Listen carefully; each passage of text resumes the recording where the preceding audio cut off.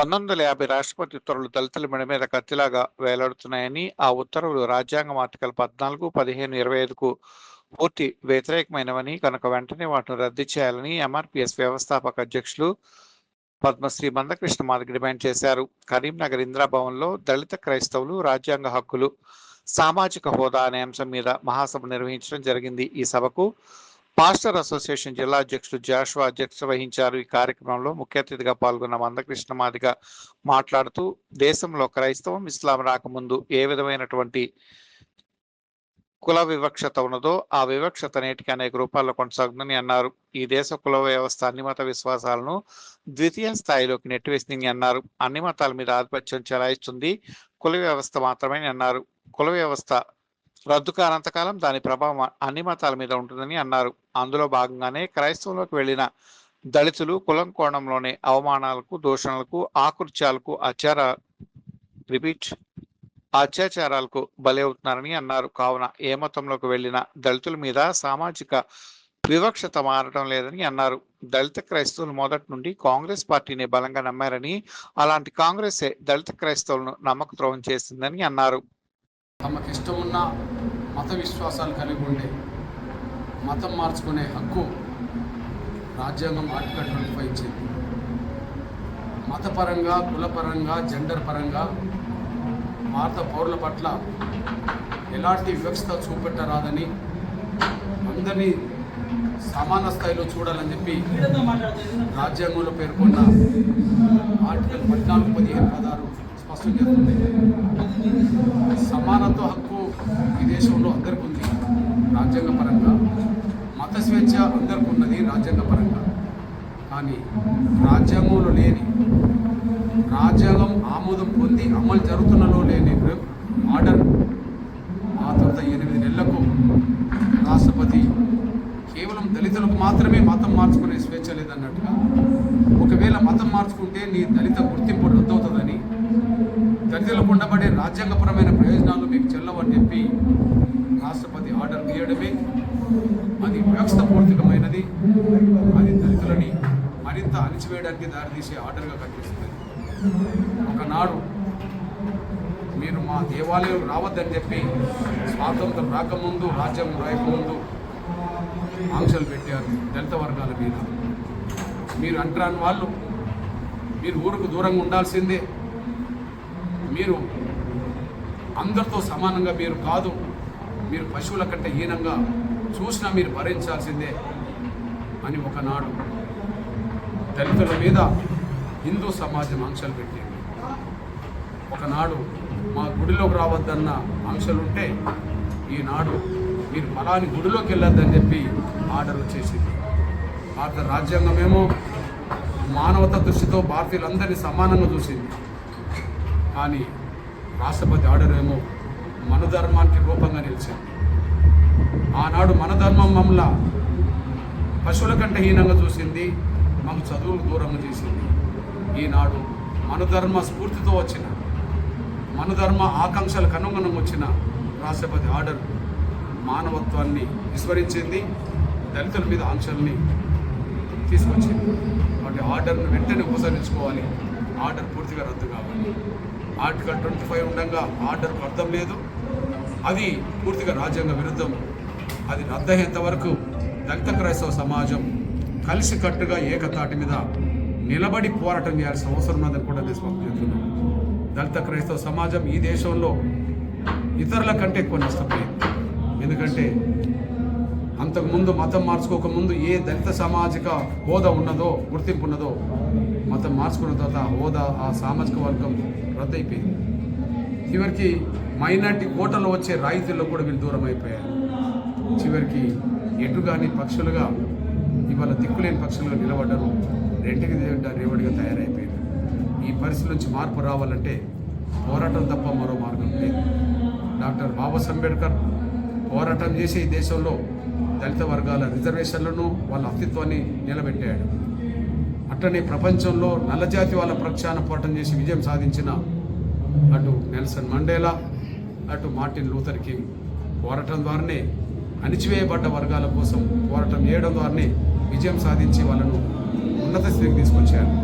ఇక్కడ దళిత క్రైస్తవ సమాజం పోరాటం లేకుండా ఎవరు నమ్ముకున్న విశ్వాసాలకు అనుగుణంగా ఉండవచ్చు, కానీ విశ్వాసం ఒక్కటే సరిపోదని, నీకు అన్యాయం జరుగుతున్నప్పుడు ప్రశ్నించే చైతన్యం కలిగి ఉండాలని, క్రియ దానికి తోడు కావాలని చెప్పి అదే బైబిల్ స్పష్టం చేసింది. కాబట్టి విశ్వాసానికి అనుగుణంగా చర్చిలో ప్రార్థన చేయండి, చర్చిలో ప్రార్థన చేసుకోవడానికి ప్రయత్నం చేయండి, కానీ అన్యాయం జరుగుతున్నప్పుడు ఎదుర్కోవడానికి ప్రజాస్వామ్యబద్ధంగా రాజ్యాంగబద్ధంగా శాంతియుతంగా పోరాటం చేయడానికి సిద్ధపడండి.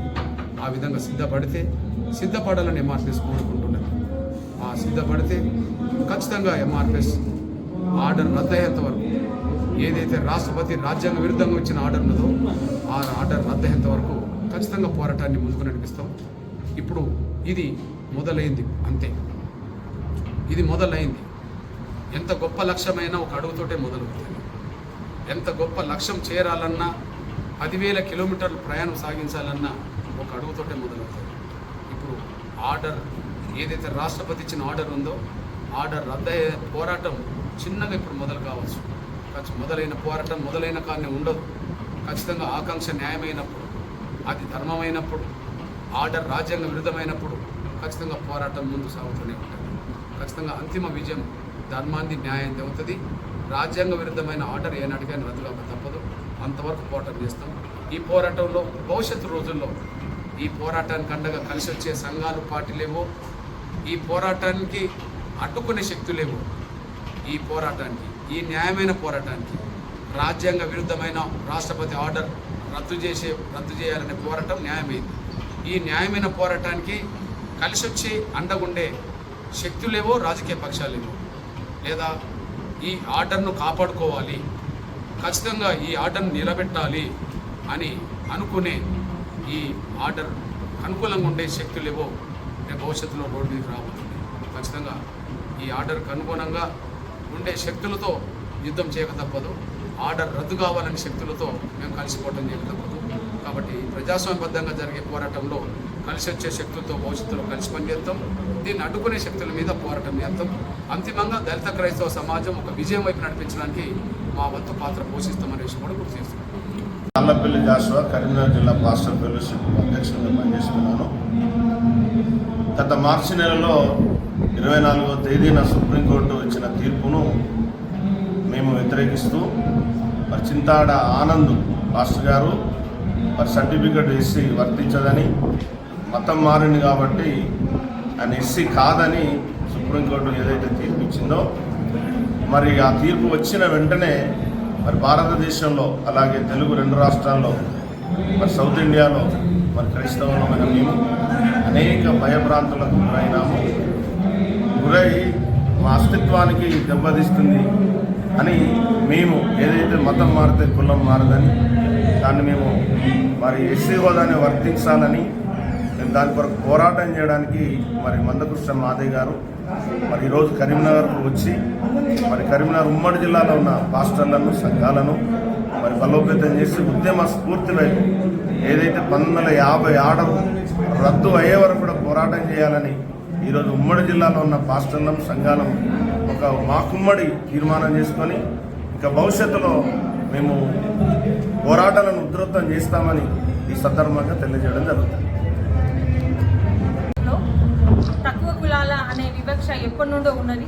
ఆ వివక్షని రూపమార్చడానికి ఆనాడు క్రైస్తవ సమాజం వచ్చి, అరే వీళ్ళని గుళ్ళోకి రాణిస్తలేరు, చివరికి బల్లోకి రాణిస్తలేరు అని చెప్పి ఆ సమాజం వచ్చి మమ్మల్ని మనుషులాగా గుర్తించి, మీకు చదువు నేర్పిస్తాం, మీరు చదువుకోండి, మీకు మంచి బట్టలు ఇస్తాం, మీరు వేసుకోండి, మీరు దర్జాగా బ్రతకండి అని క్రైస్తవులు మమ్మల్ని ఈరోజు ఒక మనుషుల్లాగా ట్రీట్ చేసే సమయంలో దళితుల్లో కొంతమంది అయినా మాకు ఆత్మగౌరవాన్ని ఇచ్చింది క్రైస్తవత్వం అని చెప్పి క్రైస్తవాన్ని నమ్ముకున్నప్పుడు ఈరోజు అదే దళితుల హక్కులు కాలరాల్చడానికి ఈరోజు ఈ ప్రభుత్వం చేస్తున్న కుట్రలో భాగంగా వేరే కులాలు ఏ కులాల్లో ఉన్నా కూడా వాళ్ళ హక్కులు హరించబడతలేవు, కేవలం దళితుల హక్కులు తప్ప.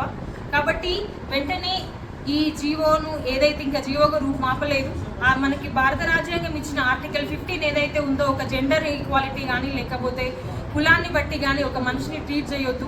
ఆర్టికల్ 25 ఏ విధంగా అయితే మనకు చెప్పిందో, వ్యక్తి పూర్తిగా తన వ్యక్తిగతం ఏ మతాన్ని తను స్వీకరించాలనుకునేదో తన ఓటు హక్కు వచ్చిన తర్వాత అది పూర్తిగా తన సొంత నిర్ణయం. ఒక ఇంట్లో 2-3 రకాల మతాల వాళ్ళు కూడా ఉండొచ్చు.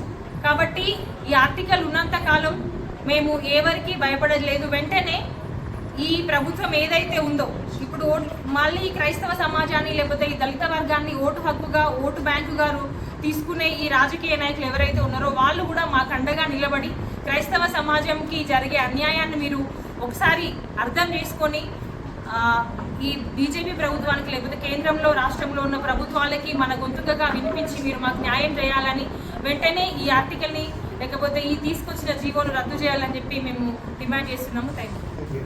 నా పేరు ఆకినపల్లి శిరీష.